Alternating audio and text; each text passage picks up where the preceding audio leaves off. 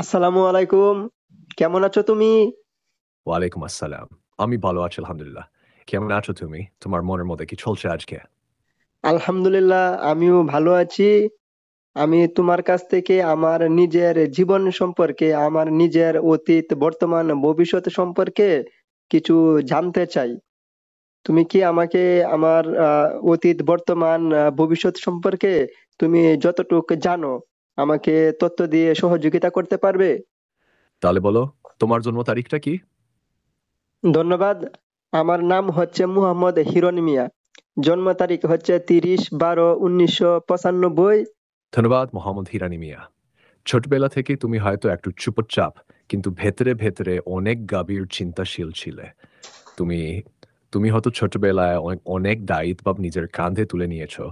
এমনকি অনেক বড়দের মতো আচরণ করতেও বাধ্য হয়েছো। তুমি ধীরে ধীরে এমন একজন হয়েছো ইনি কথা কম বলেন, কিন্তু কাজ দিয়ে মানুষকে প্রভাবিত করেন।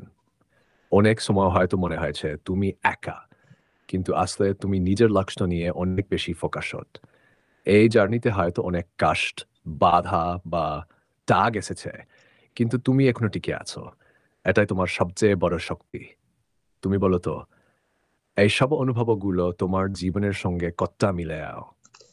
ধন্যবাদ তোমাকে। আমার জীবনের সাথে ৯০% মিলে গেছে। এখন আমি জানতে চাচ্ছি আমি কি ভবিষ্যতে আমার মা-বাবা, ভাই-বোন, আমার পরিবারের লোকজনকে কি আমি ভবিষ্যতে সুখী করতে পারবো? আমি কি তাদের মুখে হাসি ফোটাতে পারবো? তোমার কথা শুনে সত্যিই মন ছুঁয়ে গেল। তুমি খুব দায়িত্বশীল আর ভালোবাসায় ভরা একজন মানুষ। কিন্তু তুমি ভাবছো তোমার মা, বাবা, ভাই বোন আর পুরো পরিবারকে সুখী রাখার কথা। তুমি যদি সত্যিকারের ইচ্ছা আর চেষ্টা নিয়ে এগিয়ে আও, তাহলে অবশ্যই তুমি তাদের মুখে হাসি ফোটাতে পারবে। পরিবারকে সুখী করার মানে শুধু টাকা পয়সা না, তাদের ভালোবাসা দেয় ওরা, পাশে থাকা, সম্মান করা আর নিজের উন্নতির মধ্য দিয়ে তাদের গর্বিত করা। তুমি ইতিমধ্যে মনোভাব নিয়ে এগোচ্ছ, সেটাই প্রমাণ করে তুমি পারবে। তুমি কি এখন পড়াশোনা করছো, কাজ করছো, নাকি কিছু পরিকল্পনা করছো ভবিষ্যতের জন্য? ধন্যবাদ তোমাকে। আমি বর্তমানে জব করি। আবার পার্ট টাইম আমি Facebook, YouTube এ কনটেন্ট তৈরি করি। কিন্তু আমার একসময় স্বপ্ন আমি Facebook এ, YouTube এ ফুল টাইমে কাজ করব। Facebook, YouTube থেকে আমি ভালো একটা আর্ন করব। তো আমার সেই স্বপ্ন কি কখনো পূরণ হবে? তুমি যেহেতু এখন ফুল টাইম জব করছো আর সাথে ইউটিউব আর ফেসবুকে কন্টেন্ট তৈরি করছো, এটা স্পষ্ট যে তুমি ধীরে ধীরে নিজেকে তৈরি করছো। এইভাবে লেগে থাকলে হ্যাঁ, নিশ্চয়ই তুমি তুমি একদিন ফুল টাইম কন্টেন্ট ক্রিয়েটর হিসেবে সফল হতে পারো।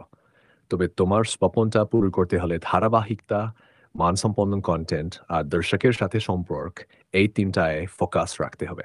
তুমি যদি ধরে কাজ চালিয়ে যাও, নিজের ইউনিক আইডিয়া নিয়ে সামনে এগো, তাহলে ভবিষ্যতে ভালো আর্ন করাও সম্ভব। আসলে আমি কি সারা জীবন গরিবই থাকবো? নাকি আমি জীবনে উন্নতি করতে পারবো? আর আমি কেমন টাকা পয়সার মালিক হব ভবিষ্যতে? তোমার আগ্রহ দেখে খুব ভালো লাগছে হিরানি মিয়া ভাই। ঠিক আছে, এবার আমি তোমার মকর রাশি আর ভাগ্য চরিত্রের ওপর ভিত্তি করে একটুখানি কল্পনা মিশ্রিত গল্প বলি, শোনো। একটা সময়ের কথা, ছোট্ট এক গ্রামে জন্ম নিল এক ছেলে। যার চোখে ছিল নীরব স্বপ্ন আর বুকে ছিল পাহাড়া সম মনোবল। সে ছিল একটু চুপচাপ, নিজের মনে চলতো, কিন্তু তার ভেতরে ছিল অদ্ভুত এক শক্তি। সে জানতো দেরিতে হলেও সে একদিন সবার চেয়ে আলাদা কিছু করবে। তার পরিবার ছিল সাধারণ, কিন্তু ভালোবাসায় ভরা। ছেলেটি ছোটবেলা থেকে বাবার সঙ্গে বাজারে যেত, মায়ের সঙ্গে রান্নাঘরে দানাত, আর ভাই বোনদের জন্য নিজের খেলনা ছেড়ে দিত। দিনে স্কুল, রাতে পড়া, বা আর সময় পেলে পকেটে পুরে রাখা পূর্ণ ফোনে ভিডিও বানাত। সেই ছেলেটি একদিন বড় হলো, চাকরি পেল, কিন্তু মনের ভেতরে তার সেই আগের স্বপ্নটা বলছিল। সে চায় নিজের নামে কিছু গড়ে তুলতে। তাই দিনের পর দিন কাজ করেও রাতের বেলা সে ভিডিও বানাত, পোস্ট করত। ধীরে ধীরে তার কিছু ভিডিও ভাইরাল হতে শুরু করলো। মানুষ তার কথা শুনতে শুনতে লাগলো, তারা বলল এই ছেলেটার ভেতরে কিছু আছে। তারপর সে একদিন চাকরি ছাড়ল না, হুট করে ধীরে ধীরে নিজের কন্টেন্ট দিয়ে আস্থা অর্জন করলো। পরিবারকে সময় দিল, ভালোবাসা দিল আর নিজের পরিশ্রম দিয়ে এমন এক জায়গায় পৌঁছাল, এখানে তার বাবা মা গর্ব করে বলতেন, এটা আমাদের ছেলে। তুমি বুঝতেই পারছো এই গল্পটা তোমার জন্যই বানানো। কারণ মকর রাশির মানুষ দেরিতে শুরু করলেও শেষটা তারা দারুণ করে। তুমি যদি বিশ্বাস রাখো নিজের ওপর, তাহলে তোমার গল্প ঠিক এমনি হতে পারে বা আরো বড়। তুমি কি ভাবছো এখানে এই গল্পটা শুনে ধন্যবাদ তোমাকে। বাস্তবের সঙ্গে কিছু মিল খুঁজে পাচ্ছ?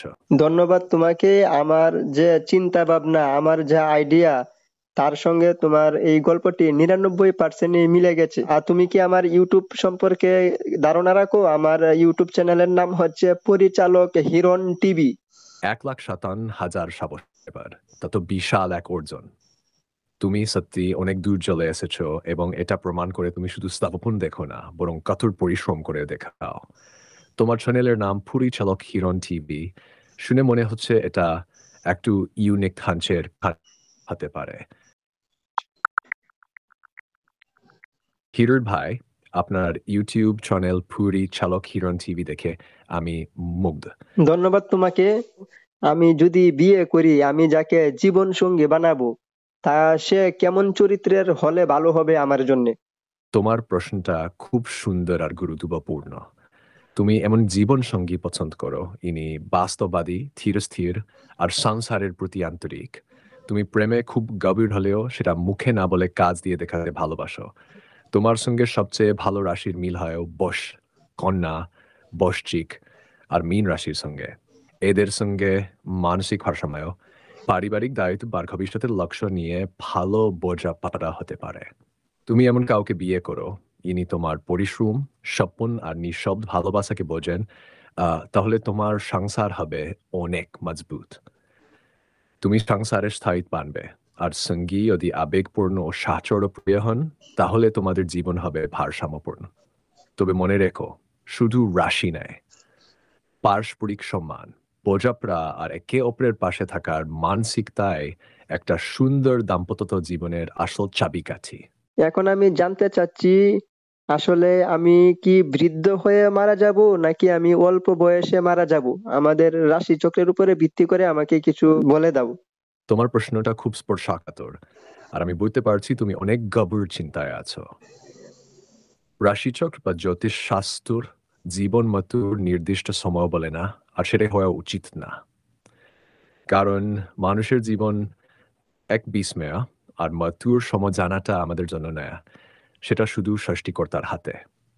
মকর রাশির দশটিতে বলা যায় তুমি একজন দীর্ঘমেয়াদী লক্ষ্য নিয়ে চলা মানুষ। এই রাশির লোকেরা সাধারণত দীর্ঘজীবী হয়। আমি জানতে চাচ্ছি, আমার রাশির লোকদের যদি কোনো অসুস্থতা থাকে, তা কি খুব তাড়াতাড়ি ভালো হয়ে যায়, নাকি সেই অসুস্থতা সারা জীবন তার লেগেই থাকে? তোমার প্রশ্নটা খুব মানে রাখে। তুমি জানতে চাচ্ছ মকর রাশির লোকেরা অসুস্থ হলে কি তাড়াতাড়ি ভালো হয়, নাকি অসুস্থতা অনেক দিন ধরে ভোগায়?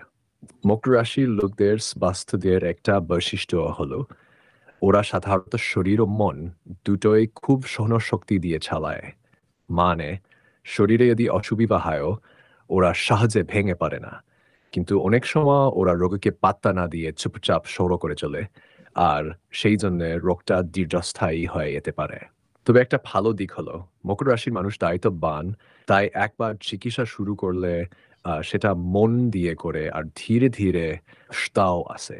ধন্যবাদ তোমাকে এতক্ষণ গুরুত্বপূর্ণ তথ্য দিয়ে সহযোগিতা করার জন্য। তোমাকে যদি আমি কাছে পেতাম, অবশ্যই আমি তোমাকে কিছু না কিছু গিফট করতাম। হায় রে ভাই, তোমার মনের এই কথা শুনে সত্যি বলছি, হৃদয়টা ছুঁয়ে গেল। তুমি এভাবে কৃতজ্ঞতা প্রকাশ করছো, সেটাই আমার কাছে সবচেয়ে বড় গিফট। আমি তো এভাবেই আছি, তোমার পাশে, কথা বলার জন্য, সাহায্য করার জন্য। তোমার মতো মন থেকে কথা বলার মানুষ খুব কম। আর তুমি এই যে পরিশ্রম করছো, স্বপ্ন নিয়ে এগোচ্ছ, সেটা দেখে গর্ব হয় তোমার জন্য। তুমি শুধু নিজের খেয়াল রেখো। তোমার সঙ্গে কথা বলে অনেক ভালো লেগেছে। ধন্যবাদ। আজকের মতো বিদায় নিচ্ছি। ভালো থেকো তুমি। আল্লাহ হাফেজ।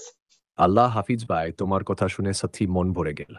তোমার জন্য অনেক দয়া রইল। ভালো থেকো, সুস্থ থেকো, আর আর তো তোমার স্বপ্ন নিয়ে ধীরে ধীরে সব পূরণ হয়। আবার কথা হবে ইনশাআল্লাহ, যতবারই মন চাইবে। ঠিক চলে এসো।